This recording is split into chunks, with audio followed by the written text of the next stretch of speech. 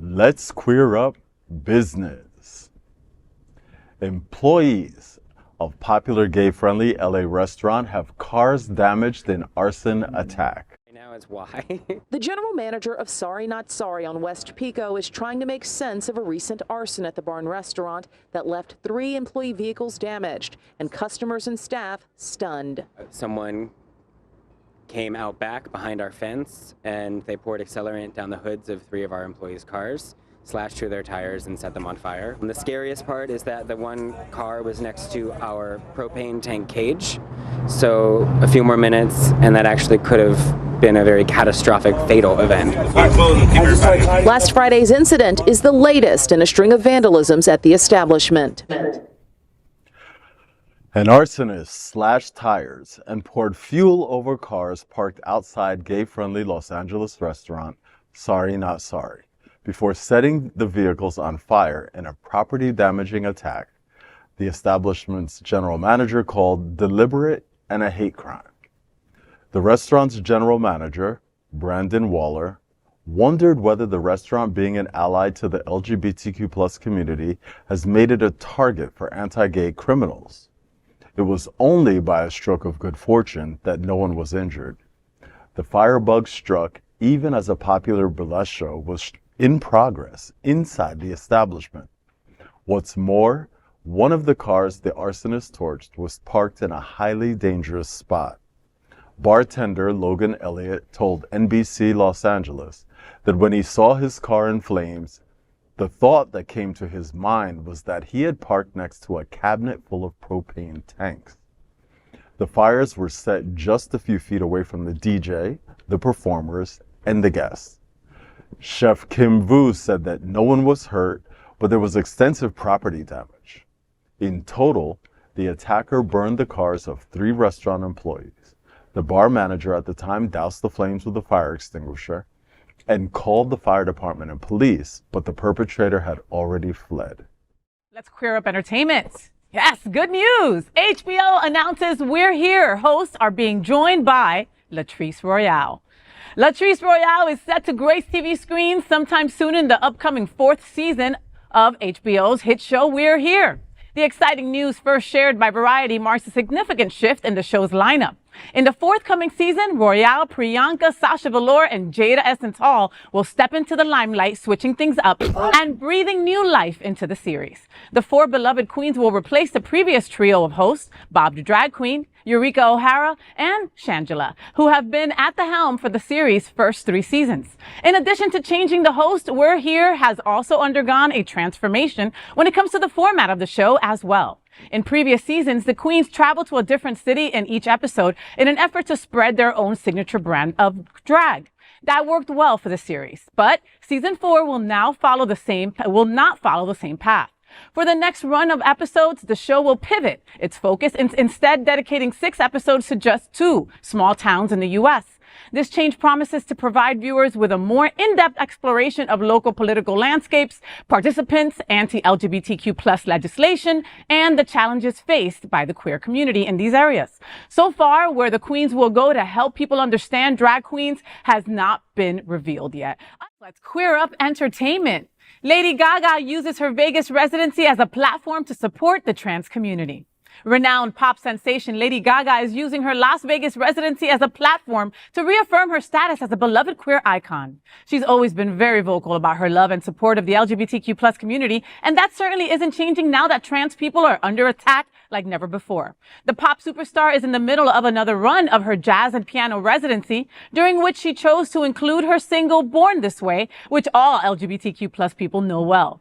During a moment captured on video from the show, Gaga sat at her piano and spoke to the crowd saying, quote, "I've got something to say about trans rights in this country. When you've got something to say, you've got to speak up, right?" End quote.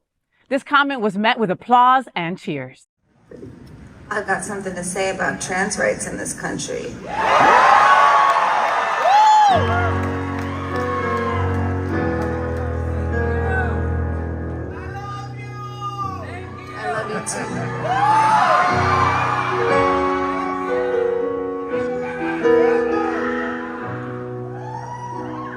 You got something to say, you gotta speak up, right? My mama told me when I was young, we are all born superstars. She rolled my hair and put my lipstick on in the glass of her boudoir. There's nothing wrong with loving who you are, she said, 'cause he made you perfect, babe. Let's queer up business. Nearly half of Grindr employees resign after remote work policy ends. Work from home became a worldwide norm in the wake of the pandemic. Since COVID-19 no longer qualifies as a global emergency, companies are asking their staff to return to the workplace. However, not everyone is comfortable with the idea. Nearly half of LGBTQ+ dating app Grindr's employees have resigned after they were told to return to the office. In a strict mandate, the company told employees to start work in the office 2 days a week from October or face dismissal after August 31st. About 80 of Grindr's 178 employees declined to relocate and were forced to resign. Many of these employees were initially hired to work remotely, but they were asked to move to designated hub cities, including New York, Chicago, Los Angeles, San Francisco, and Washington, D.C. Wilton Manors and Florida dominate the 2023 Gay Softball World Series. Minneapolis hosted this week the 2023 Gay Softball World Series. It is the largest single LGBTQ+ week-long sports event in the world, and this year more than 6,000 visitors attended. The event made history as the Minnesota Twins became the first Major League Baseball team to partner with the event in its 46-year history. This year's Gay Softball World Series included more than 225 teams and more than 4,500 participants. Part of the North American Gay Amateur Athletic Alliance, the World Series was represented by 54 member cities. And as expected, Florida, but specifically Wilton Manors, were ablaze in lighting up the North. In D Division, the Pubs Riptide team took first place to become national champions. They defeated Philadelphia's Tasty Cakes, third place Seattle's Revolution D, and fourth place the San Diego Peacocks, along with many other teams from across America. Wilton Manors was not the only national champion.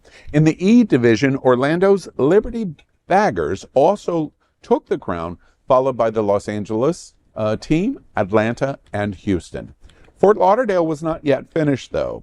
In the Master C Division, Coalition Alive and Kicking was the national runner-up to the Palm Springs Greyhounds, with Twin Cities Swingers third and Orlando Swag fourth. In the Masters D Division, Fort Lauderdale's Coalition Legends was the national runner-up to Atlanta Daddies, and Orlando's OGs was third, with Dallas Divas fourth. Fort Lauderdale is home to one of the world's largest collection of LGBTQ+ sports leagues, largest number of teams, and greatest number of participants. The Gay Softball's South Florida Amateur Athletic Association is one of the largest leagues in America. It is a symbol of diversity in our community, and Queer News Tonight congratulates all of our winners and participants.